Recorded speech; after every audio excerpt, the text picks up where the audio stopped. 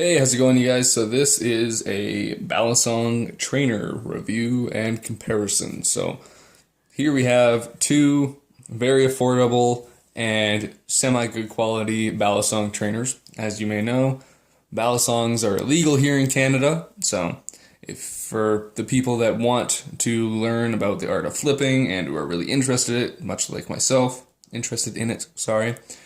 these are a fantastic option because trainers are not illegal, just the sharp ones are. So these two are a really good price. Pretty much anybody can get into flipping with these ones, and they're going to work for you. They're not going to be the most outstanding quality as if you were to go buy a Benchmade trainer, actually made by Benchmade, because those are about $600, I think. But, well, $600 Canadian. But these will get the job done, especially for just learning tricks and learning different rollovers and all sorts of stuff, and just sort of getting into the hobby of flipping. So the first one I'm going to talk about is this one, because this is the cheaper one, the one that is definitely more affordable to anybody who's interested in flipping. So these cost anywhere from $1 to $15, depending on which website you go to, whether it's Wish or eBay or Amazon. My friend Alex got me this one off of Wish, and I think he got 3 of them for $30, and that included shipping, I believe. So these ran around $9, I think was the advertised price on Wish. But I've seen them for as low as $2 or $3 on Amazon or eBay. They flip fairly well right off the bat. However, the first problem that you're going to notice when you start flipping them is you give it a couple hours of good hard flipping, and these Torx bits, are going to come loose completely. And to the point where these handles have actually flown off on me. The handles themselves don't break. These have been dropped multiple times, thrown across the room trying to do different rollovers, but they do fly off when these screws come loose. So you have to be constantly tightening them down. I've tried putting Loctite in them and it just didn't work.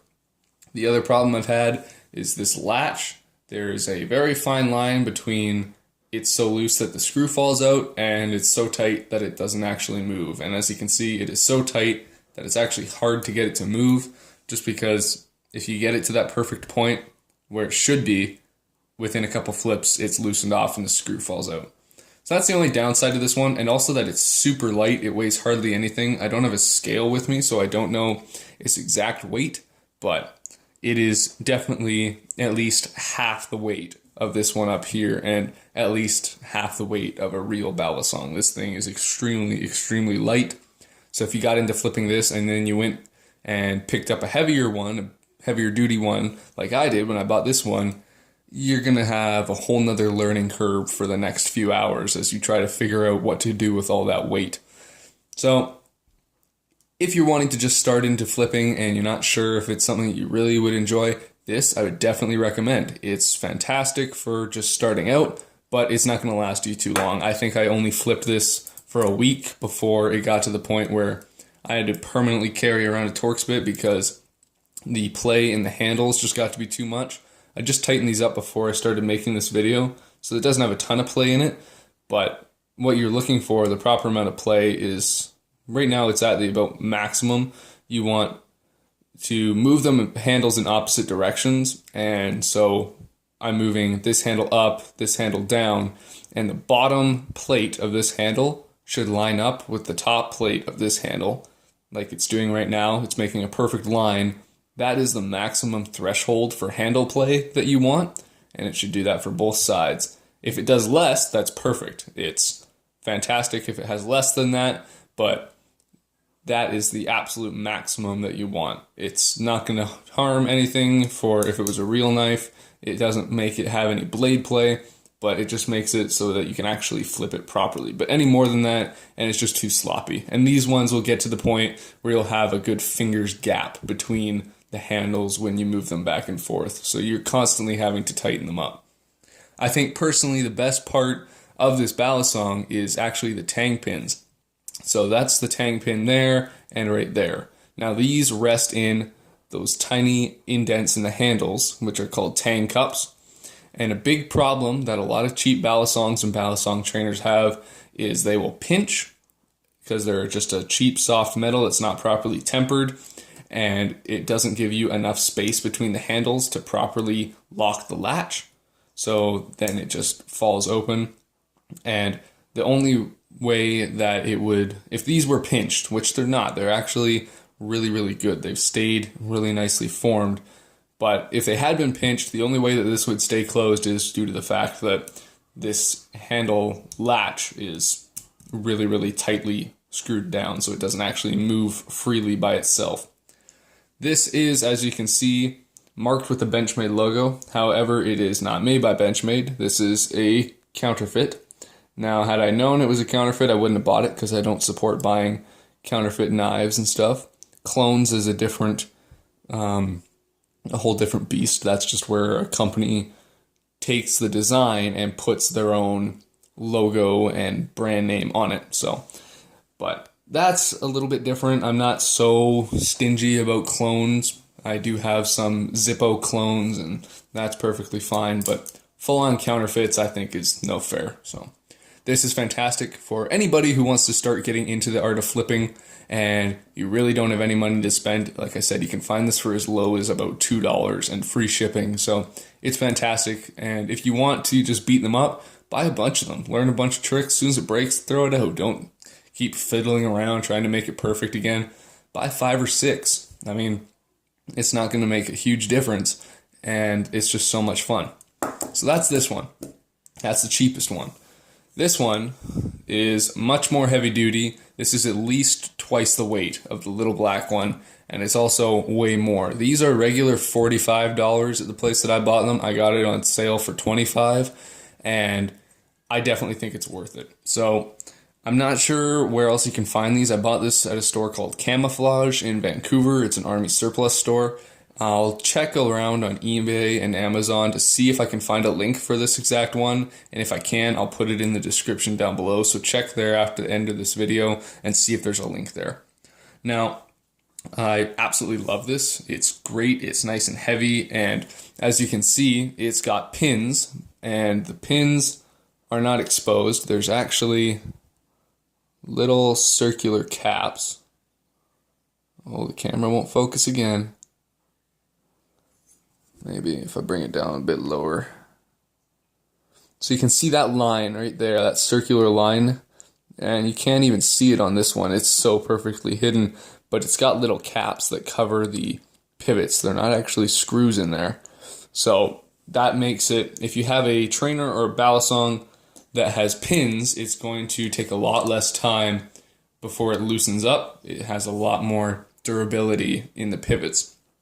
This is sporting a spring latch like a lot of Benchmade Balisongs have. This one just has a normal T-latch. I love the spring latch. It's super easy and quick to deploy, and it's just fun to sit there and play with. This one flips really well. It's hard when my hand is so close to the table and the camera's right there.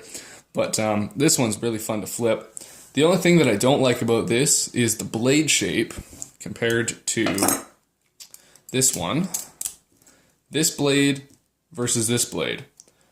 This Balisong overall is a lot longer. Well, the handles are a lot longer than this one. So these are longer than these handles. But the blade is longer than this blade. I don't like the proportion on this Balisong where it's got the stubby blade and the really long handles. And I also don't like the shape of this one. It's really hard to be looking at the blade and know which side would be the edge. This one, it's very easy to tell. It's got the swedge on the back, and it's got more of a shape to it, and the dots are all along the edge. Whereas these ones are right in the middle, and it's almost a spear point at the tip of this blade. It just has a very slight curve up. So that's my only downside for this one. And also the tang pins on here, like I said with the cheapest one, the pins didn't pinch, which was great. However, on this expensive one, you can see there the deformation in that pin they've actually pinched off quite a fair amount on both sides. And I'm not sure if they have on these ones here. Yeah, they've pinched off slightly there. So that it will eventually cause problems with the latch.